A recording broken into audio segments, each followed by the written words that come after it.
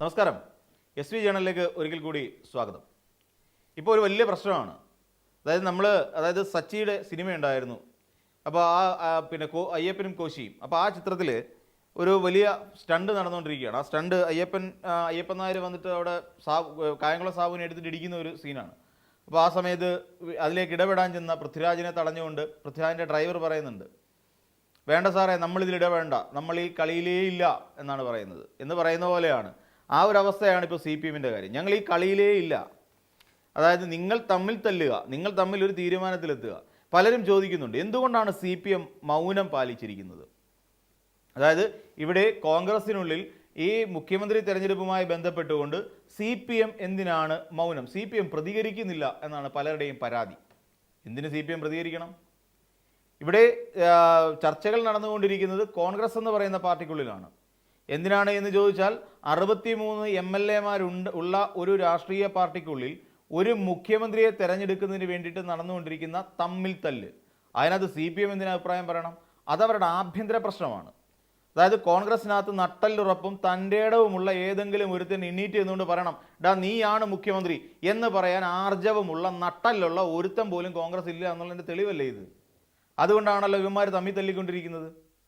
അങ്ങനെ പറയാൻ രാഹുൽ ഗാന്ധിക്ക് പോലും നട്ടലില്ല എന്ന് പറയേണ്ടി വരും. KC അങ്ങോട്ട് മാറി നിൽക്കുക എന്ന് പറയാൻ എന്തുകൊണ്ടാണ് ധൈര്യമില്ലാത്തത്? മല്ലികാർജ്ജുൻ ഖാർഗെക്ക് KC വേണുഗോപാലോട് ചോദിക്കാമല്ലോ, KC വേണുഗോപാലെ, നിങ്ങൾ ഇത്തവണ മത്സരിച്ചില്ല, MP മാർ മത്സരിക്കേണ്ട എന്ന് പറയുന്ന നയം ഹൈക്കമാൻഡിൻ്റെതായിരുന്നു.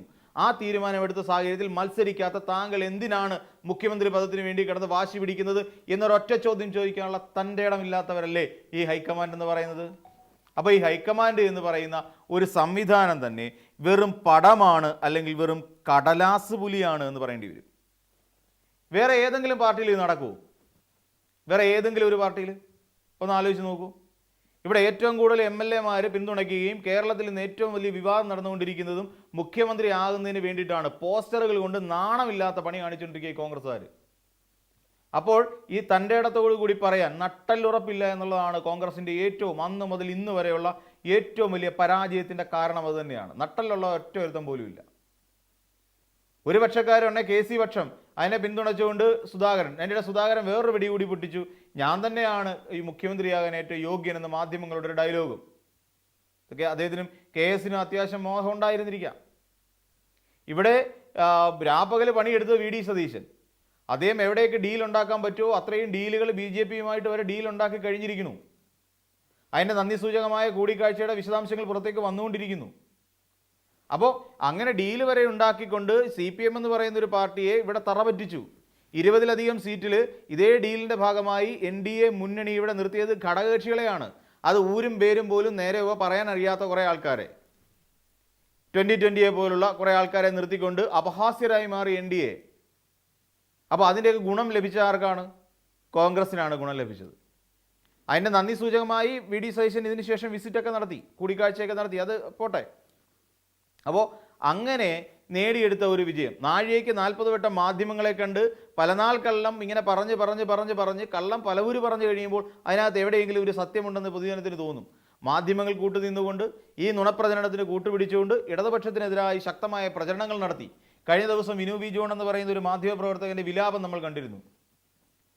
ഈ പറയുന്ന ഇയാൾ മാത്യു കുഴൽനാടൻ മാധ്യമങ്ങൾക്കെതിരെ സംസാരിച്ചപ്പോൾ പാലം കടക്കോളോ നാരായണ പിന്നെ കൂരായണ എന്ന് പറയുന്ന അവസ്ഥയാണ് കോൺഗ്രസിനെന്ന് കുറ്റം പറഞ്ഞു. നിങ്ങൾ കൺഫ്യൂഷൻ ഉണ്ടാക്കാൻ ശ്രമിക്കരുത് എന്ന് മാത്യു കുഴൽനാടൻ മാധ്യമങ്ങളുടെ മുഖത്ത് നോക്കി പറഞ്ഞു. അപ്പോഴാണ് പറഞ്ഞത്, ഈ തനിക്ക് പ്രൊമോഷൻ തരണം, അതായത് തന്നെ മാക്സിമം പ്രൊമോട്ട് ചെയ്യണം, തനിക്ക് പരമാവധി ജനങ്ങളിലേക്ക് തന്നെ എത്തിക്കണമെന്ന് ആവശ്യപ്പെട്ടുകൊണ്ട് നിരന്തരം മാത്യു കുഴൽനാടൻ മാധ്യമങ്ങളുടെ പിന്നാലെ പോയി. അത്തരം മാത്യു കുഴൽനാടൻ്റെ അജണ്ടകൾ നടപ്പിലാക്കാൻ കേരളത്തിലെ മാധ്യമങ്ങൾ ഒരു വലിയ പങ്ക് വഹിച്ചു. അങ്ങനെ സർക്കാരിനെതിരായി ആരൊക്കെ എന്തൊക്കെ നുണപ്രചരണങ്ങൾ നടത്തുന്നു ആ നുണപ്രചരണങ്ങൾ അപ്പാടെ തൊണ്ട തൊടാതെ മലയാളികളുടെ വായിലേക്ക് വെച്ചു കൊടുത്തു. ഇതാണ് മാധ്യമങ്ങൾ ചെയ്തത്. ഏറ്റവും അവസാനം ഇപ്പം മാധ്യമങ്ങൾ വിലപിച്ചു തുടങ്ങി. കോൺഗ്രസ്സുകാർ അങ്ങനെ പറഞ്ഞു ഇങ്ങനെ പറഞ്ഞു എന്ന് പറഞ്ഞിട്ട് പറയും. അവരുടെ സ്വഭാവം അങ്ങനെയാണ്. അപ്പോൾ അങ്ങനെ ഈ പറയുന്ന അത്തരത്തിലുള്ള കഥകൾ നിരവധി മെനഞ്ഞ് മാധ്യമങ്ങളെ കൂട്ടുപിടിച്ചുകൊണ്ട് ഇവിടെ ഇടതുപക്ഷത്തിനെതിരായി മിന്നുന്ന വിജയം തന്നെയാണ് VD സതീശൻ നേടിയെടുത്തത്. ആ VD സതീശൻ നേടിയെടുത്ത വിജയത്തെ ഹൈജാക്ക് ചെയ്യാനാണ് ശരിക്കും പറഞ്ഞ KC വേണുഗോപാൽ ശ്രമിച്ചുകൊണ്ടിരിക്കുന്നത്. അപ്പോൾ ഇതിനകത്ത് CPM എന്തിനു അഭിപ്രായം പറയണം? CPM ഇതിനകത്ത് യാതൊരു അഭിപ്രായ പ്രകടനവും ഇല്ല. ഈ മുസ്ലിം ലീഗ് തന്നെ ഒരു അഭിപ്രായം പറഞ്ഞിരുന്നു. മുസ്ലിം ലീഗ് എന്താ പറഞ്ഞത്? VD സതീശനെ മുഖ്യമന്ത്രിയാക്കുന്നതിലാണ് ഞങ്ങൾക്ക് താല്പര്യമെന്ന് പറഞ്ഞു. മാത്യു കുഴൽനാടൻ അതിന് തൊട്ടടുത്ത മറുപടി എന്താ പറഞ്ഞത്? നിങ്ങൾ നിങ്ങളുടെ കാര്യം നോക്കിയാൽ മതി എന്നുള്ള രീതിയിൽ. അതായത് ഞങ്ങളുടെ ആഭ്യന്തര പ്രശ്നങ്ങളിൽ അല്ലെങ്കിൽ ഞങ്ങൾ ആഭ്യന്തരമായി ചിലപ്പോൾ മുഖ്യമന്ത്രിയെ തീരുമാനിക്കും, അതിൽ പുറത്തു നിന്നൊരാൾ അഭിപ്രായം പറയേണ്ട ആവശ്യമില്ല എന്ന് പറഞ്ഞു. അപ്പോഴാണ് അതിന് മറുപടിയായി രാജ്മോഹൻ ഉണ്ണിത്താൻ പറഞ്ഞത് എന്താ, അല്പന ഐശ്വര്യം കിട്ടി അർത്ഥം കിട്ടിയാൽ അർദ്ധരാത്രിയിലും കൂടെ പിടിക്കും എന്ന് പറഞ്ഞത്. അത് മാത്യു കുഴൽനാടൻ ഉദ്ദേശിച്ച. എന്നിട്ട് പറഞ്ഞു മുസ്ലിം ലീഗ് എന്ന് പറയുന്ന ഒരു സംഘടന കേരളത്തിലെ കോൺഗ്രസ് എന്ന് പറയുന്ന ഒരു പാർട്ടിയുടെ നട്ടല് തന്നെയാണ്. വടക്കൻ മലബാർ മേഖലകളിൽ കോൺഗ്രസ് നേടിയെടുത്ത ഇത്തവണത്തെ മിന്നുന്ന വിജയത്തിൻ്റെ പിന്നിൽ അക്ഷീണം പരിശ്രമിക്കുകയും പ്രവർത്തിക്കുകയും ചെയ്ത് അവരെ വിജയത്തിലേക്ക് എത്തിക്കുകയും അതെല്ലാം വോട്ടാക്കി മാറ്റുകയും ചെയ്ത ഒരു പാർട്ടി ഉണ്ടെങ്കിൽ അത് മുസ്ലിം ലീഗാണ്. മലബാറിലല്ലാതെ മിന്നുന്ന വിജയം നേടാൻ കഴിയില്ല. വി കുഞ്ഞികൃഷ്ണൻ വിചാരിച്ചാൽ നടക്കത്തില്ല, ഗോവിന്ദൻ മാഷ് വിചാരിച്ചാലും നടക്കില്ല, ഇനി ഒറ്റപ്പാലത്തെ PK ശശി വിചാരിച്ചാലും നടക്കില്ല. അതെല്ലാം നടന്നത് ഈ പറയുന്ന മുസ്ലിം ലീഗിൻ്റെ ഗുണം കൊണ്ട് തന്നെയാണ് നേടിയെടുത്തത്. അപ്പോൾ ആ മുസ്ലിം ലീഗിന് ഞങ്ങളുടെ മുഖ്യമന്ത്രി ആരാകണം എന്ന് പറയാനുള്ള അവകാശമില്ലേ? മുന്നണിയിലെ ഏറ്റവും വലിയ കക്ഷിയാണ് UDF എന്ന് പറയുന്ന മുന്നണിയിലെ ടീം UDF. VD സതീശൻ്റെ 1000 ആവർത്തി പറഞ്ഞുകൊണ്ടിരുന്ന വാക്കാണ് ടീം UDF, ടീം UDF. ആ ടീം UDFൽ എന്താ മുസ്ലിം ലീഗ് ഇല്ലേ? അപ്പോൾ ആ UDFൻ്റെ മുഖ്യമന്ത്രി ആരായിരിക്കണമെന്ന് പറയാനുള്ള ധാർമ്മികമായ അവകാശം ഈ പറയുന്ന മുസ്ലിം ലീഗിന് ഉണ്ടാകില്ലേ? തീർച്ചയായിട്ടും ഉണ്ടാകും മാത്യു കുഴൽനാട. കാര്യം നിങ്ങൾ ഒരേ മുന്നണിയിൽപ്പെട്ടവരാണ്. RSPക്ക് അവകാശമുണ്ട് അവരുടെ മുഖ്യമന്ത്രിയെ തീരുമാനിക്കാൻ, അല്ലെങ്കിൽ മുഖ്യമന്ത്രി ആരാവണമെന്ന് അഭിപ്രായപ്പെടാൻ. അതോടൊപ്പം തന്നെ അവരുടെ മുഖ്യമന്ത്രി ആരായിരിക്കണമെന്ന് പറയാൻ കേരള കോൺഗ്രസ്സുകാർക്ക് അവകാശമുണ്ടെന്നേ. അപ്പോൾ ഇവർക്കെല്ലാം അവകാശം CMPക്കുണ്ട്, KK രമയ്ക്കുണ്ട്. അങ്ങനെ ആരായിരിക്കണം ഞങ്ങളുടെ മുഖ്യമന്ത്രി എന്ന് പറയാൻ. എന്തുകൊണ്ടാണ് മാത്യു കുഴൽനാടൻ എല്ലാം മറന്നു പോകുന്നത്? അതിൻ്റെ അർത്ഥം മുസ്ലിം ലീഗ് പിന്തുണച്ചത് VD സതീശനെയാണ്. അപ്പോൾ മാത്യു കുഴൽനാടൻ്റെ നിലപാട് ഏറെക്കുറെ നമുക്ക് വ്യക്തമായി കാണുമല്ലോ. മാത്യു കുഴൽനാടൻ വളരെ വ്യക്തമായി ഒരുപക്ഷെ KCയെ പിന്തുണയ്ക്കുന്നുണ്ട് എന്ന് തന്നെയല്ലേ അതിൽ നിന്ന് വ്യക്തമാകുന്നത്.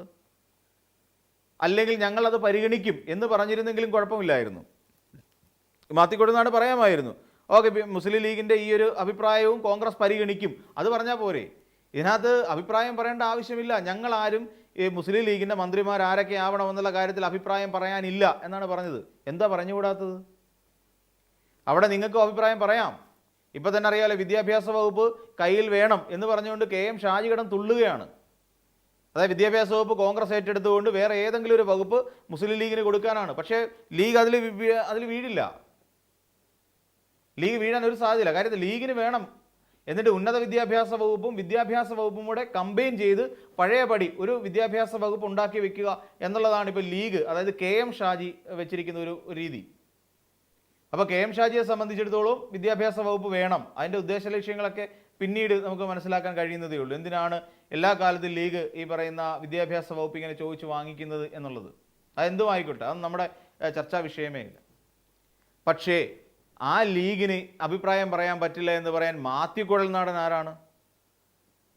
അപ്പോൾ കോൺഗ്രസ്സുകാരനാണ്. അപ്പോൾ ഇതേ മുന്നണിയിൽപ്പെട്ട ലീഗുകാരുടെ വോട്ട് കൊണ്ട് കൂടി തന്നെയല്ലേ നിങ്ങളുടെ ദേശീയ നേതാവ് പ്രിയങ്ക ഗാന്ധിയും രാഹുൽ ഗാന്ധിയും നിങ്ങളുടെ T സിദ്ദിഖും അതോടൊപ്പം തന്നെ നിരവധി മലബാറിലുള്ള എല്ലാ നേതാക്കന്മാരും ജയിച്ചിരിക്കുന്നത് ഈ ലീഗിൻ്റെ വോട്ട് കൊണ്ട് തന്നെ ആണല്ലോ. അപ്പോൾ അവർക്ക് പറയാൻ അവകാശമില്ലേ? അത് ലീഗിനെ അടിച്ചമർത്തുന്നതിന് തുല്യമായിട്ടാണ് തോന്നുന്നത്. ലീഗ് അങ്ങനെ കാല് നക്കി കിടക്കണമെന്ന് മാത്യു കുഴൽനാടൻ ആഗ്രഹിക്കേണ്ടെന്നേ. ലീഗിന് ശക്തമായ പിന്തുണയുണ്ട്, ലീഗിന് കൃത്യമായ നിലപാടുകളുണ്ട്. അവിടെ സാദിഖ് അലി തങ്ങൾ പറയുന്നതിനപ്പുറത്തേക്ക് ലീഗിലെ ഒരു നേതാവിൻ്റെ ഒരു വിരൽ ചലിക്കില്ല. കോൺഗ്രസിലെ പോലെയല്ല, അവർക്ക് നട്ടലുള്ള ഒരു നേതൃത്വമുണ്ട്. കോൺഗ്രസിന് അതില്ല. കോൺഗ്രസിൻ്റെ ഒരു അധ്യക്ഷൻ എന്ന് പറഞ്ഞിട്ട് കൊണ്ടിരുത്തിയിരിക്കുന്ന ഒരാൾ സണ്ണി വക്കീലാണെന്നേ. സണ്ണി വക്കീലിനിടയ്ക്ക് ആരെങ്കിലും ഉറച്ചൊന്ന് സംസാരിച്ചാൽ അദ്ദേഹം മൂത്രം ഒഴിക്കുക അവിടെ നിൽക്കുന്നിടത്ത്. അപ്പോൾ അത്രയ്ക്ക് പോലും നട്ടലില്ലാത്ത ഒരാളാണ് KPCയുടെ അധ്യക്ഷൻ.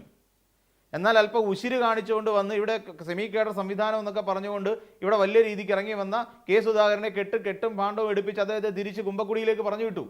അതും ഈ കോൺഗ്രസ്സുകാരാണ്. അപ്പോൾ ഇതാണ് കോൺഗ്രസിൻ്റെ പൊതുരീതി. അപ്പോൾ അതുകൊണ്ട് CPMനെ സംബന്ധിച്ചിടത്തോളം ഇപ്പം അടുത്ത ചോദ്യം, CPM നിങ്ങൾ പ്രതിപക്ഷ നേതാവിനെ തീരുമാനിച്ചോ എന്നാണ് അടുത്ത ചോദ്യം. CPM പ്രതിപക്ഷ നേതാവിനെ തീരുമാനിക്കുന്നത് അത്ര വലിയ ബുദ്ധിമുട്ടുള്ള കാര്യമൊന്നുമല്ല.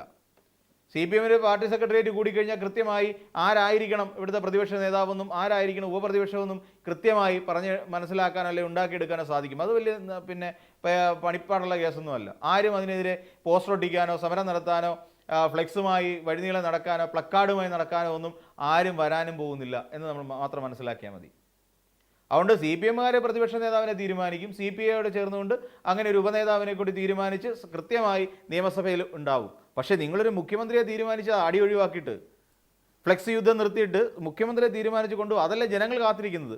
ആരായിരിക്കണം ഞങ്ങളെ ഭരിക്കേണ്ടത് എന്ന് ജനങ്ങൾ ആകാംക്ഷയോടെ കാത്തിരിക്കുകയാണ്. ഒരു ഭരണ സംവിധാനമുണ്ട് അല്ലെങ്കിൽ ഒരു മുഖ്യമന്ത്രി അടങ്ങുന്ന ഒരു സർക്കാർ അധികാരത്തിൽ വന്നാൽ മാത്രമേ നിങ്ങൾ അല്ലെങ്കിൽ പ്രകടന പത്രികയ്ക്കുള്ളിൽ പറഞ്ഞിരിക്കുന്ന പല വാഗ്ദാനങ്ങളിൽ ജനങ്ങളിലേക്ക് എത്തുകയുള്ളൂ. അതാണ് ജനങ്ങൾ ആഗ്രഹിക്കുന്നത്. ഇക്കണക്കിന് പോയാൽ ഓരോ പദ്ധതിയും കേരളത്തിൽ നടപ്പിലാക്കുമ്പോൾ എവിടുന്നെല്ലാം അടി വീഴും എന്നുള്ളത് നമ്മളൊന്ന് ആലോചിച്ച് നോക്കിക്കോളൂ.